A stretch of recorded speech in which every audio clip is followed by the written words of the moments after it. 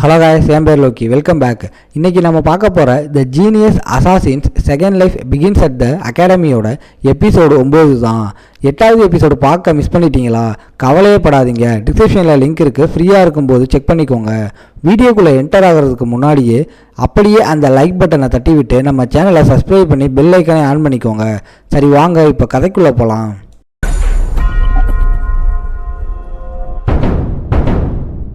எபிசோடோட ஸ்டார்டிங்கில் திடீர்னு என்ட்ரி கொடுத்த அந்த பிரின்ஸ் சிரிச்சுக்கிட்டு, உன்னை போலவே என்னாலையும் சும்மா வேடிக்கை பார்க்க முடியலைன்னு சொல்கிறான்.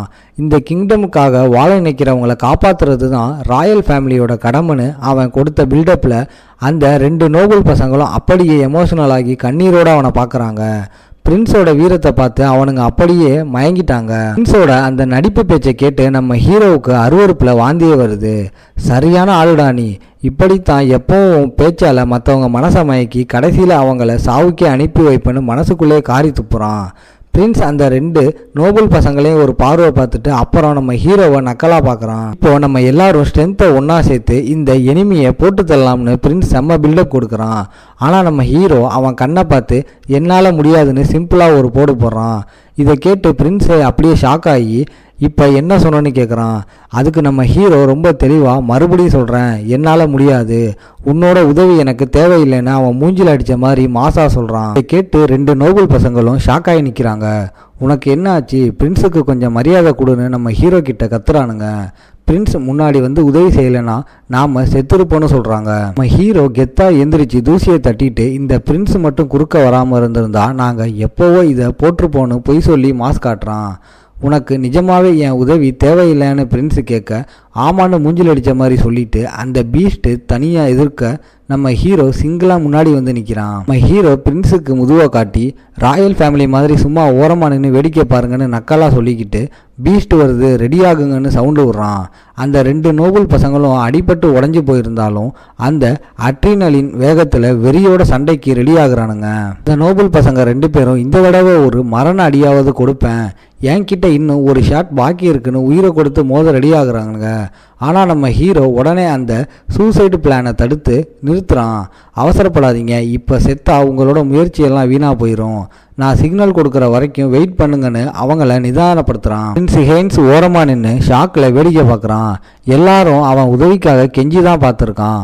ஆனால் பஸ்ட்டு வாட்டி ஒருத்தன் அவனை வாயை முடுன்னு சொன்னதை அவனால் நம்பவே முடியலை. நம்ம ஹீரோ இப்போ இதை முடிப்போன்னு கத்திக்கிட்டே பீஸ்ட்டை நோக்கி பாயிறான். முன்னாடி இருந்த பதட்டம் எல்லாம் இப்போ இல்லை, அவன் மனசு ரொம்ப தெளிவாக இருக்குது. நம்ம ஹீரோ சீக்ரெட் டெக்னிக்கை யூஸ் பண்ணாமலேயே வெறும் தன்னோட பியூர் ஸ்கில்லை வச்சு அந்த பீஸ்ட்டை வீழ்த்தலாம்னு முடிவு பண்ணுறான். அதே சமயம் அந்த பீஸ்ட்டு சும்மா இல்லை, 3 தடவை தோற்று போனதுல இருந்து ஒரு பாடம் கற்றுக்கிட்டு இப்போ அட்டாக்கை குறைச்சிட்டு ரொம்ப தந்திரமாக ஜாக்கிரதையாக நகர ஆரம்பிக்குது. நம்ம ஹீரோவை ஏமாற்ற ஒரு ஹூக் த்ரெட்ஸை போடுறது. நம்ம ஹீரோ அதை தடுத்துடுறான். ஓப்பனிங் சின்னதாகிட்டே வருதுன்னு கவனிக்கிறான். ஆனால் அதை அவனால் சமாளிக்க முடியும். அவன் அந்த மேசிக் பீஸ்ட்டை வெறும் கையால் பின்னுக்கு தள்ளுறான். 2 நோபல் பசங்களும் நம்ப முடியாமல் பார்க்குறானுங்க. ஒருத்தன் மேஜிக் யூஸ் பண்ணாமல் அவனுக்கு எப்படி அந்த ஸ்பீடு கிடைக்குதுன்னு ஆச்சரியப்படுறானுங்க. அப்புறமா நிற்கிற பிரின்ஸு இப்போ நம்ம ஹீரோவோட மூமெண்ட்ஸை வாய்ப்புலந்து அனலைஸ் பண்ண ஆரம்பிச்சிட்டான். இது வெறும் ஸ்பீடு இல்லை, தரையிலிருந்து உதச்சி பாயாமல் தன்னோட சென்டர் ஆஃப் கிராவிட்டியை மாற்றியே அவன் அசால்ட்டாக நகர்றான்னு பிரமிச்சு போய் பார்க்குறான். நம்ம ஹீரோவோட அட்டாக்ல ப்ரீ மூமெண்ட்டு சுத்தமாக இல்லை. டாப் லெவல் மார்ஷியல் ஆர்ட்ஸு மட்டுமே யூஸ் பண்ணுற இந்த ஹை லெவல் டெக்னிக்கை அசால்ட்டாக பண்ணுற இவன் யார்டான்னு பிரின்ஸ் மிரண்டு போயிடுறான். ஆனால் அங்கே வேடிக்கை பார்க்குறவங்களுக்கு நம்ம ஹீரோவோட இந்த மூமெண்ட்டில் ஏதோ ஒரு பெரிய பிரச்சனை இருக்கிறது தெரிய வருது. நம்ம ஹீரோ என்னதான் தீயா வேலை செஞ்சாலும் மேஜிக் இல்லாமல் அவன் பண்ணுற ஃபிசிக்கல் அட்டாக்ஸ் எல்லாம் அந்த டீமன் பீஸ்ட்டுக்கு வெறும் மசாஜ் பண்ணுற மாதிரி தான் இருக்குன்னு அந்த நோபல் பையனும் பிரின்ஸும் நினைக்கிறாங்க. இது செட் ஆகாதுன்னு அவங்க தலையாட்ட நம்ம ஹீரோவோ அந்த பீஸ்ட்டை வெறி கொண்டு கோபத்தை பார்த்து நக்கலாக சிரிச்சுக்கிட்டு, எல்லாம் கரெக்டாக என் பிளான் படி தான் போய்கிட்டு இருக்குன்னு மாசா சொல்கிறான். நம்ம ஹீரோவோட பிளானே அந்த பீஸ்ட்டை அடிக்கிறது இல்லை, செம்மையாக வெறுப்பேற்றுறது தான். பிளான் ஒர்க் அவுட் ஆகி பீஸ்ட் பொறுமையிலேருந்து அதோட அல்டிமேட் மூவை ரெடி பண்ணுது. அதை கவனித்த நம்ம ஹீரோ இதுதான்டா நம்ம வெயிட் பண்ண கரெக்ட் டைம்னு அலர்ட் ஆகுறான். நம்ம ஹீரோ சிக்னல் கொடுத்ததும் விண்டி யூசர் தயங்காமல் ஷூட் பண்ணுறான். ஹீரோ சொன்ன ட்ரிக் படி வெறும் காற்றை இல்லாமல் கல்லையும் குப்பையும் கலந்தடிக்க அந்த அட்டாக் நேராக பீஸ்டோட வாய்க்குள்ளே போய் அதோட தொண்டையை கிழிக்குது. இந்த பீஸ்ட் கத்த பார்க்குது. தொண்டையில் அடிபட்டு மூச்சு திணறி அப்படியே ஸ்டன் ஆகி நிற்கிது. கரெக்டாக அந்த கேப்பில் நம்ம ஹீரோ காற்றுல எகிரி மான்ஸ்டருக்கு மேலே பறக்கிறான். வெல்டன்னு அந்த நோபல் பையனை பாராட்டிட்டு கிராவிட்டியை அவனோட வெப்பனாக்கி செம்ம ஸ்பீடாக கீழே வந்து அந்த பீஸ்ட் மேலே ஒரு மரண அடியை இறக்குறான். அதுதான் நம்ம ஹீரோவோட டபுள் ட்விங் அட்டாக். அதை எக்ஸிக்யூட் பண்ணுறான். நம்ம ஹீரோ 2 கையாலையும் பீஸ்டோட மண்டையில் மரண அடியை இறக்குறான். அந்த ஃபினிஷிங் மூவோட ஷாக் வேவ்ஸ் 2 பக்கத்தில் இருந்து வந்து தண்ணியில் 2 அலைங்க ஒன்றா சேர்ற மாதிரி அதோட மூளைக்குள்ள ஒரு பெரிய பிளாஸ்டை கிரியேட் பண்ணுது. இந்த பீஸ்டோட மேஜிக் டிஃபென்ஸ் சுக்குநூறா உடையுது. உடனே ஹீரோ கடைசியாக நீதான சிக்னல் கொடுக்க ஸ்வாட் யூசர் பாஞ்சு வரான். டிஃபென்ஸ் இல்லாததால் அவனோட ஸ்வாட் இப்போ செம பவர்ஃபுல்லாக வேலை செய்யுது. அந்த பீஸ்ட்டை ஒரே வெட்டில் 2ஆக பொளந்து தள்ள அந்த மேசிவ் பீஸ்ட் அப்படியே செத்து கீழே விழுவுது. நோபல் பசங்க மூச்சு வாங்கிக்கிட்டு செத்து கிடக்கிற அந்த பீஸ்ட்டை நம்ப முடியாமல் ஆச்சரியமாக பார்க்குறானுங்க. நம்ம ஹீரோ நேராக ஃபால்க் விண்ட் யூசர் கிட்ட போய் கை கொடுத்து நகர முடியுதான்னு கேட்குறான். ஆனால் ஃபால்கோ என்னோட பாடியில் இன்டர்னல் டேமேஜ் ஆயிடுச்சோன்னு பயந்து வயிற்ற பிடிச்சிக்கிட்டு வழியில் துடிக்கிறான். நம்ம ஹீரோ உடனே பயப்படாத, உன்னோட இன்டர்னல் ஆர்கன்ஸ்க்கு ஒன்றும் ஆகலைன்னு கூலாக சொல்கிறான். அந்த பீஸ்ட் மேஜிக் சவுண்டு வேவ்ஸை யூஸ் பண்ணி உன்னோட பேலன்ஸை குழப்புற ஒரு ட்ரிக்கு தான். இது பார்க்க பிரம்மாண்டமாக இருக்கும், ஆனால் வெறும் மோசமான ஃபீலிங்கை மட்டும்தான் கொடுக்கும்னு செம்ம ஸ்மார்ட்டாக சொல்கிறான். அம்மா காதுகளை மூடிக்கிட்டாலே அந்த அட்டாக்கை தடுத்துடலாம்னு ஹீரோ கூலாக சொல்கிறான்.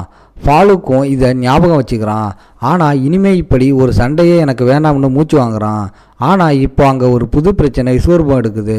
சுற்றி பார்த்தா அந்த சண்டையில் அடிபடாமல் வெறும் 2 டியர்ஸ் ஆஃப் ஹேவன் ஃப்ளவர் மட்டும்தான் மிச்சம் இருக்கு.